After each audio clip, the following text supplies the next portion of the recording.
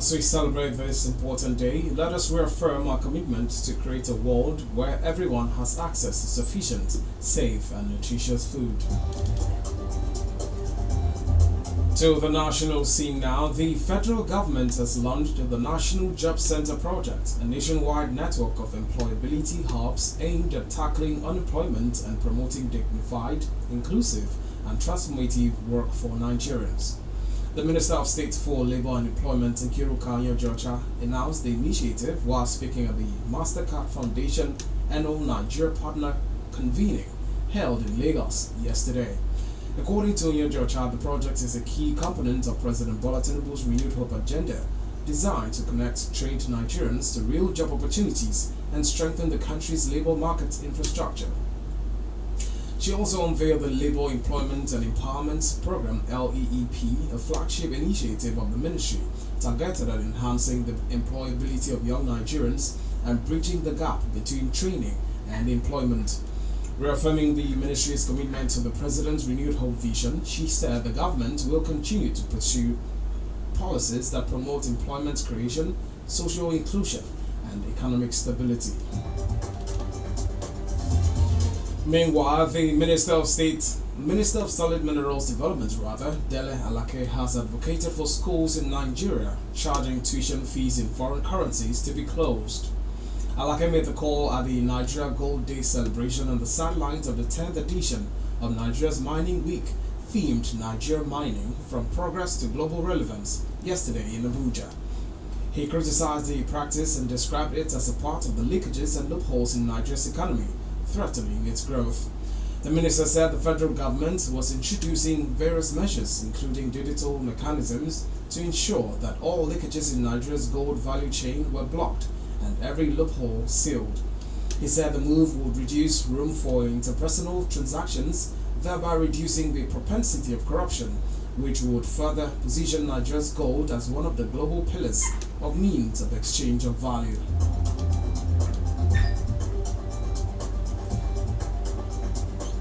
In another development, the Minister of Environment, Balarabe Lawal, has stated that the Conference of the Parties on Climate Change, COP30, organized by the United Nations Framework Convention on Climate Change, UNFCCC, would further strengthen bilateral cooperation between Nigeria and Brazil, especially on the Paris Agreement. Lawal made the assertion during the visit of the Brazilian ambassador to Nigeria, Carlos Garcet, and his entourage to the Federal Ministry of Environment, Abuja.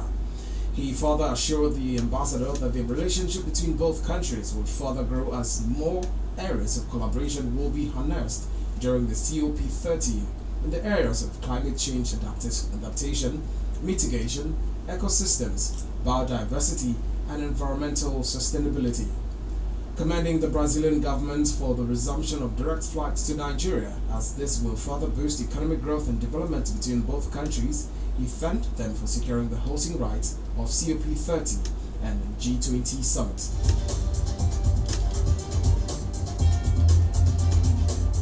Away from that, the Chief Justice of Nigeria, CJ, and Justice Kudirat Kekereekun, the Chairman of the Independent Corrupt Practices and Other Related Offences Commission ICPC, Dr. Musa Aliyu SAN, and the Administrator of the National Judicial Institute, NJI, Justice Babatunde Adejumo, have expressed concerns over the slow pace at which courts determine corruption cases in the country.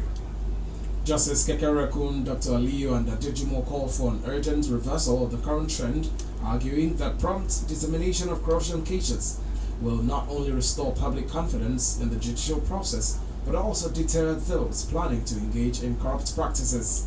They spoke in Abuja at a capacity building workshop jointly organized by the NJI and the ICPC with the theme Reinforcing Effective Management and Trial of Corruption Cases. Justice Kekereekun, who was represented by Justice John Okoro of the Supreme Court, decried the slow pace at which corruption cases are determined by the courts. The Chief Justice argued that the development could erode public confidence in the judiciary's capacity to dispense justice, as well as embolden criminals who are neck-deep in corruption practices, adding that the move was meant to restore integrity, fairness, and public confidence in the justice system. You're listening to Global News on Memories 96.5 FM. More reports after the break. Do stay with us. Stay up to date with all the latest in news, sports, and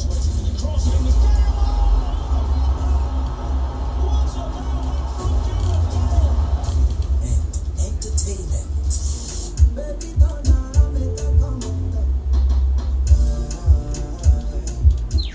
Memories FM 96.5. Welcome back and thank you for staying tuned to Global News on Memories 96.5 FM.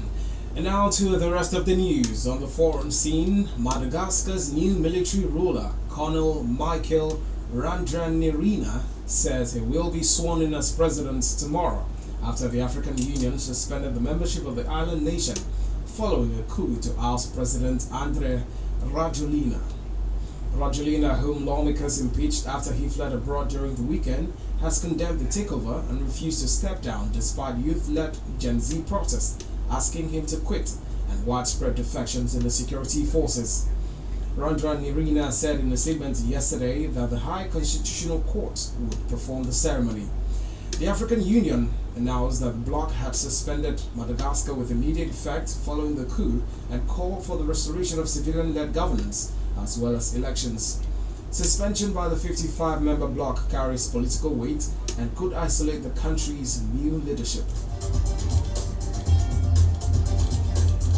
And outside Africa, President of Peru, Jose Enquiry, on his X platform has reported that one man has been killed in a violent rally in Peru's capital after his accession days ago failed to stamp out angry protest against the country's political class. The Ombudsman office said 102 people were injured, including 24 civilians and 78 policemen, updating earlier tolls. Youth-led demonstrations brought thousands of Peruvians frustrated by the authorities' failure to resolve a worsening crime crisis onto the streets in Lima and several other cities. The National Human Rights Coordinator and NGO said that the man may have been shot by a plainclothes police officer.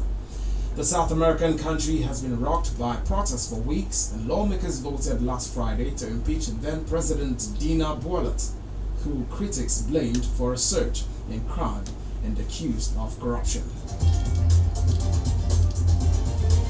And talking sports now, Argentina and Morocco are set for the final clash of the 2025 FIFA Under-20 World Cup after the Albiceleste edged Colombia 1-0 in their semi-final game.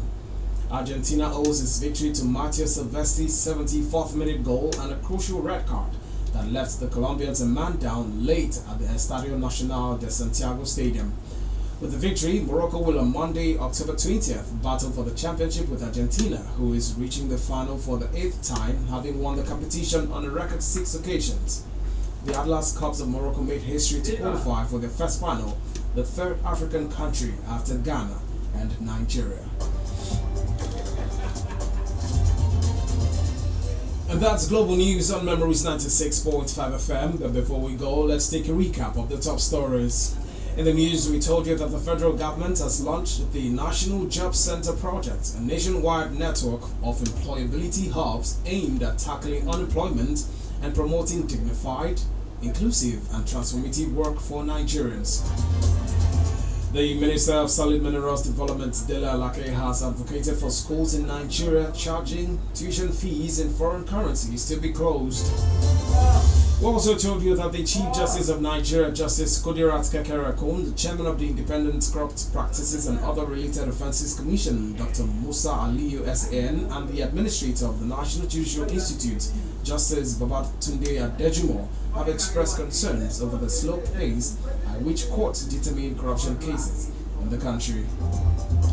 On the foreign scene, Madagascar's new military ruler, Colonel Michael Randrianirina, says he will be sworn in as president tomorrow after the African Union suspended membership of the island nation following a coup to oust President Andry Rajoelina. And in sports, Argentina and Morocco are set for the final clash of the 2025 FIFA Under-20 World Cup after the Albiceleste edged Colombia 1-0 in their semi-final game.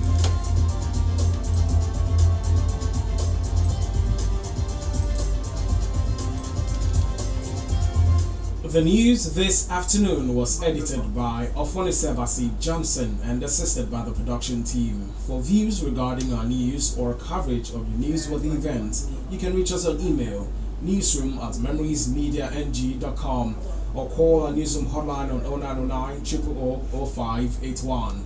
You can also follow us on Facebook at Memories 965 FM and listen to us from anywhere in the world on Radio Garden at Memories 96.5 FM. Log on to our website at www.memoriesmediang.com. And now let's take you down memory lane. On this day in 1964, China, eager to join the nuclear race, successfully detonated its first atomic bomb. That's news. Thank you so much for listening. I am NYAKNNO Albert. Good afternoon. Whew.